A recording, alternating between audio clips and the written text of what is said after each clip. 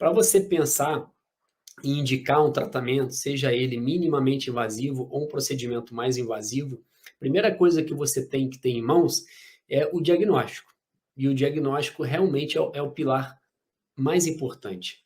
Por quê? Você imagina nesse caso, se eu não faço o diagnóstico de uma dor miofacial e faço o diagnóstico de uma dor articular, de uma DTM articular, faço um procedimento mais invasivo, por exemplo, de viscosuplementação, ou até mesmo indico o paciente a fazer um procedimento a nível hospitalar, ou faço uma artroscopia ou uma artrocentese.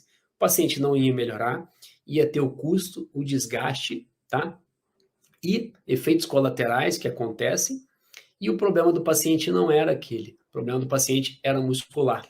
Então, o diagnóstico é importantíssimo. E mais além do diagnóstico, você tem que identificar possíveis causas, possíveis fatores causadores. Quais os principais fatores causadores aí da disfunção temporomandibular? Existe um estudo que é chamado OPERA, tá? Com 2 P's. Esse estudo OPERA, ele tem várias publicações dele na plataforma do PubMed, tá? PubMed é uma plataforma onde você tem acesso a todos os artigos científicos assim de bom impacto na literatura científica, tá? Então você consegue acessar lá e se você pesquisar o Opera, você vai ver inúmeros trabalhos publicados. O que esse estudo fez? Eles estudaram milhares de pacientes, pesquisadores dos Estados Unidos, Europa, e avaliaram que o principal fator de risco para a disfunção temporomandibular é a alteração psicossocial, é a ansiedade, é a depressão. É o principal fator de risco. Depois dele, vem inúmeros outros possíveis fatores de risco. Por que a gente fala em fator de risco?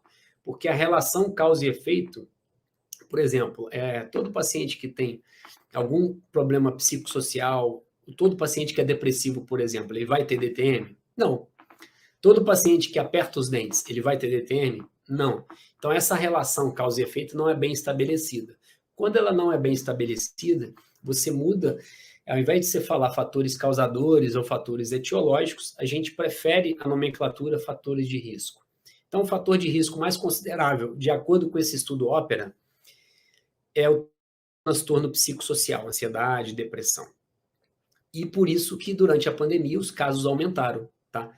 De pacientes que têm dor orofacial e que têm DTM.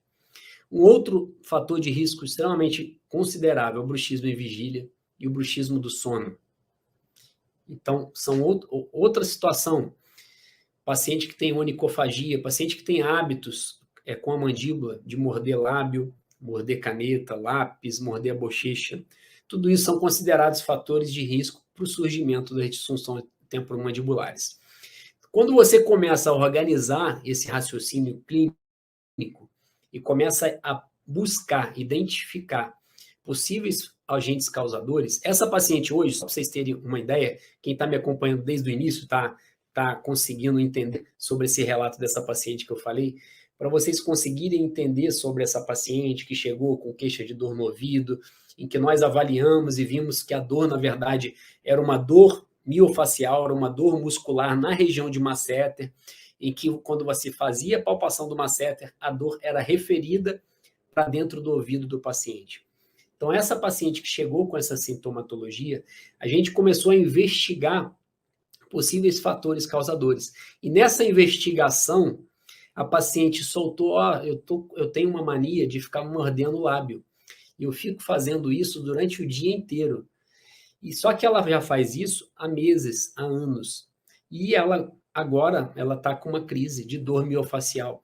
Então você tem uma atividade ali parafuncional. Então você tem a mandíbula fazendo um movimento além do que ela deveria fazer para falar, para mastigar e para deglutir. Então ela está tendo uma atividade que é chamada que ela está exercendo uma atividade além do que ela deveria fazer, que é chamada uma atividade parafuncional. Tá? Ou seja, você tem uma atividade repetitiva dos músculos da mastigação. Tá? Então, isso pode ser um dos fatores causadores. E você continua investigando, que é o que a gente chama de autorrelato, que foi uma coisa que eu já comentei em outras situações. Então, esse autorrelato do paciente é muito importante. Só que o paciente não chega contando para você. Você tem que esmiuçar ele, você tem que espremer para que você consiga realmente colher essas informações. Então, essa identificação dos fatores de risco te ajuda a resolver o problema. Porque senão você vai tratar, o paciente vai ficar bem, mas com essa perpetuação de hábitos parafuncionais e de outros agentes causadores, o paciente vai voltar a ter essa sintomatologia.